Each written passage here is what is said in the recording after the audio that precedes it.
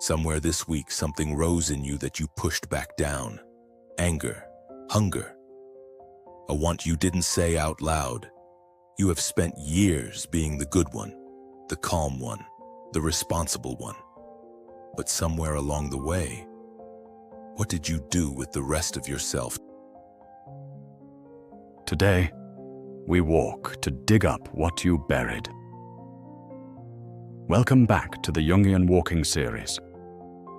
I'm glad you're here for day 2.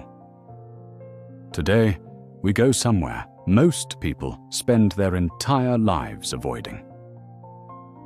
Before you begin walking, I want you to do something. Look down at the ground in front of you and find your shadow. There it is. Quiet. Faithful. It has followed you everywhere, through every room, every relationship, every version of yourself you've tried to be. It has never once left you. In Jungian psychology, that shadow on the ground is more than light and angle. It is a symbol. It is the part of you that exists, whether you acknowledge it or not. Today, for the first time, you are going to walk with it, not ahead of it. Begin your walk now. Shoulders back. One slow breath in through the nose and out. Feel the ground beneath your feet.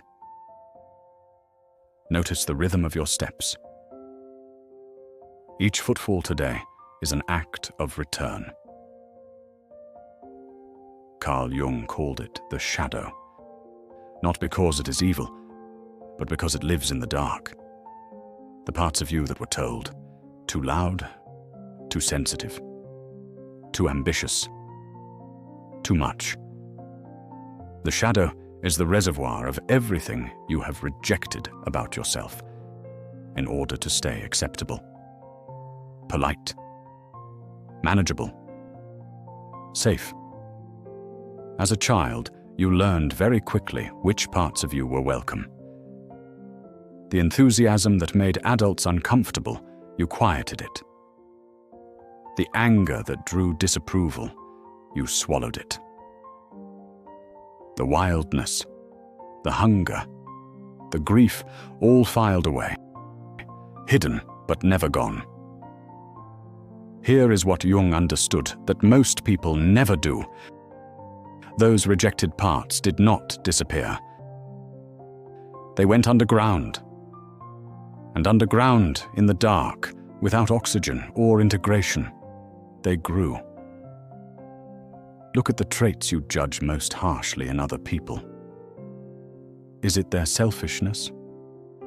Their arrogance? Their neediness? Sit with that for a moment as you walk. Because what we most despise in others is almost always something we have exiled in ourselves. The shadow speaks through projection. It borrows other people's faces to show us what we refuse to see in the mirror. If you have spent your life as the caretaker, your shadow may be holding your healthy anger, your right to receive, your desire to be chosen first. If you have spent your life as the achiever, your shadow may be carrying your grief, your need for rest, your longing simply to exist without performing. You are not bad for having a shadow. You are simply incomplete without it. And here is the cost your body has been paying silently. The energy required to suppress a part of yourself is not free. Every time your authentic response rises and you push it back down, your nervous system registers that suppression as a low-grade threat. A threat that never fully resolves. Stored tension, held breath, The tightening you feel in your chest when someone says the thing you never let yourself say. Your shadow isn't dangerous. The suppression of it is. As you walk, I want you to bring awareness into your body for a moment. Place one hand lightly on your sternum, your chest. Ask yourself, gently and without judgment, where in my body do I feel the weight of who I'm not allowed to be?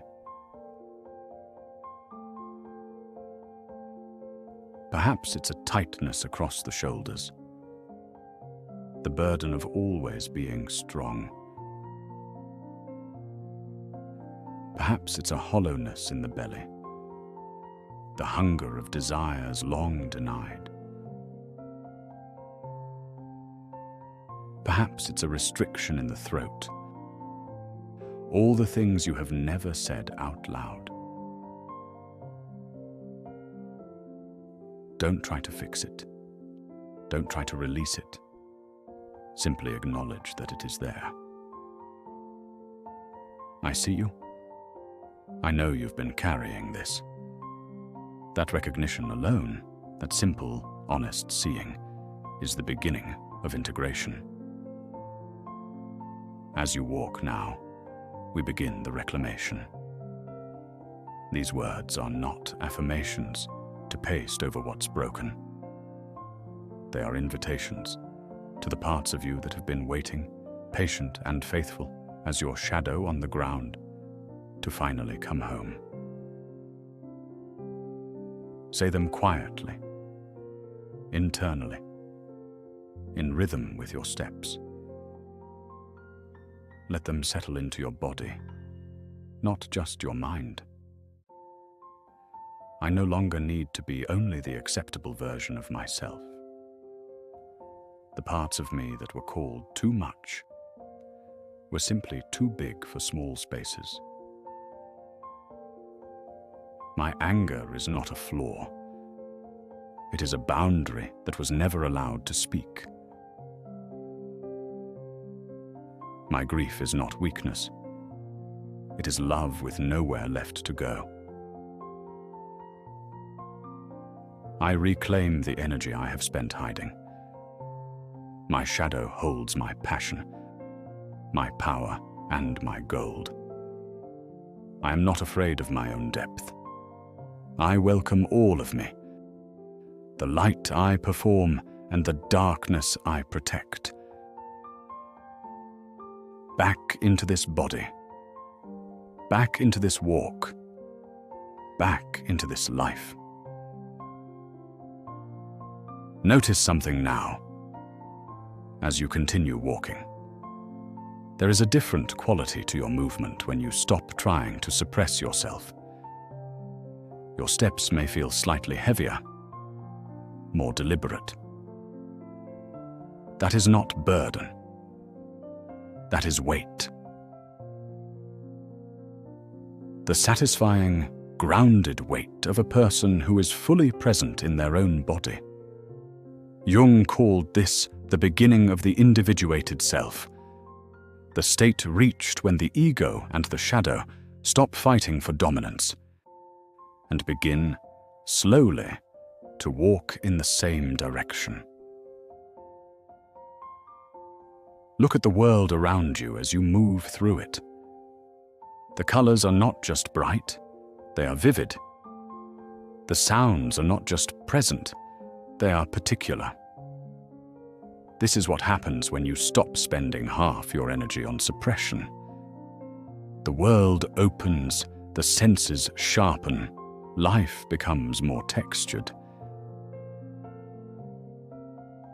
This is the reward Jung promised. Not that you become someone better, but that you become someone whole. The shadow you have been carrying is not your enemy. It never was. It is the buried gold. You have done something rare today. Most people walk through their entire lives managing the shadow at a distance, placating it, projecting it, medicating against it. You walked toward it. You placed your hand on your chest and said, "I see you." That is not nothing. That is everything. Carry this reclaimed energy forward, not as a concept to think about, but as a sensation in your body.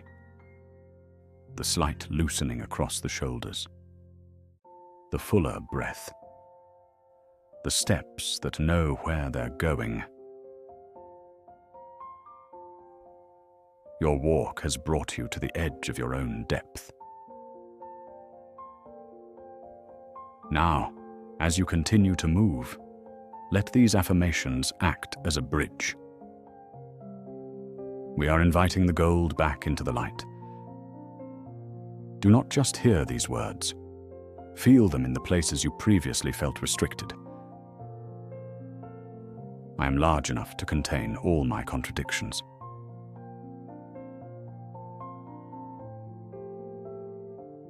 I give my hidden gold permission to breathe, to move, and to shine.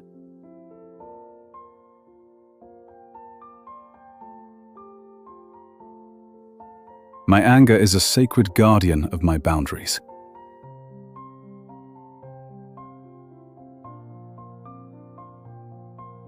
I no longer punish myself for the parts of me that were too much for small minds.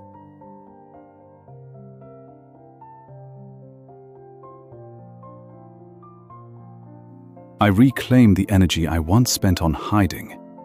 I spend it now on living.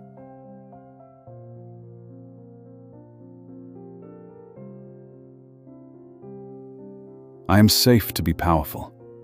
I am safe to be wild. I am safe to be me.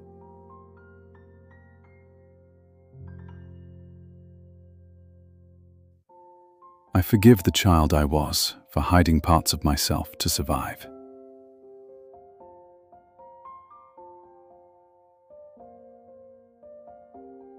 I am not a performance. I am a soul in the process of becoming.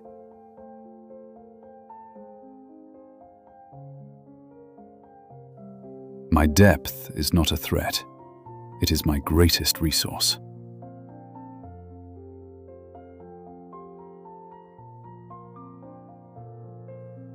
I walk today as a whole being, integrated, unshakable, and free.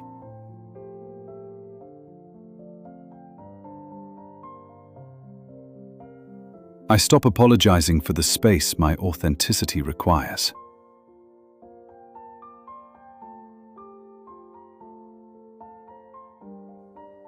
What I have despised in others, I now meet with compassion within myself.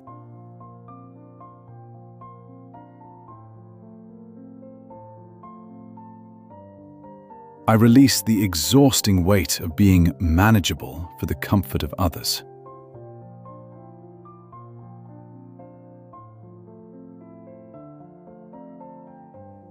My unexpressed desires are not dangerous. They are my life force, waiting to return.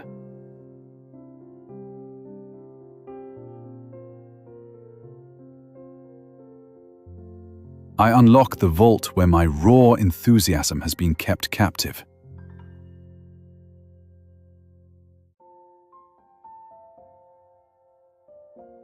My nervous system is learning that it is safe to be seen in my entirety.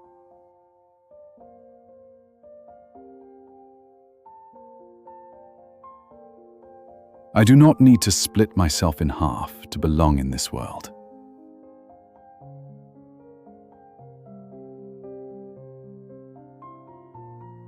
I call back the power, the passion, and the hunger I left in the dark.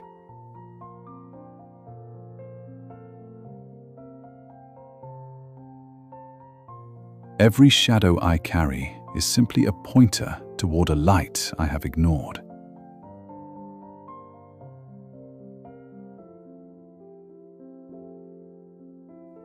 I unburden my chest from the words I was told to swallow.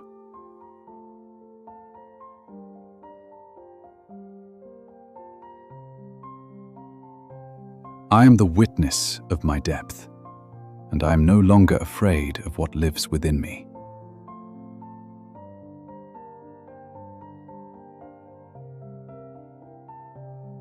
I trade the security of a false perfection for the chaotic beauty of wholeness.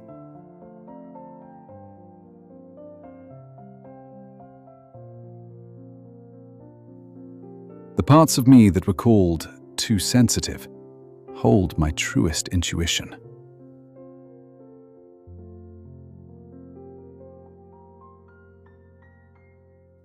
I give my exiled self permission to walk beside me, equal and untamed.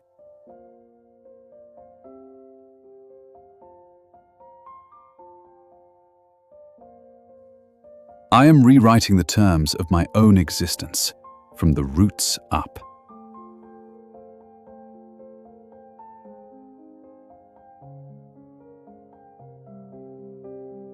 My shadow has been a loyal guardian. Today, I liberate it into purpose.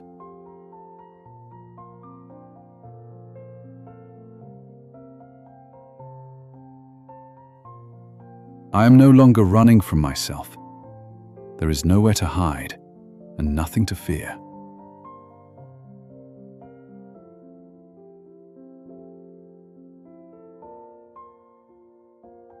I step forward with a heavier, more honest stride, fully anchored in my body.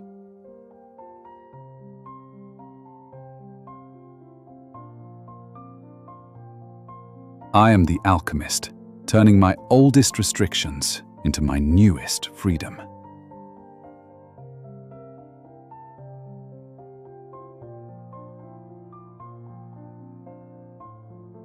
I claim the gold. I claim the dark. I claim the beautiful truth of all I am.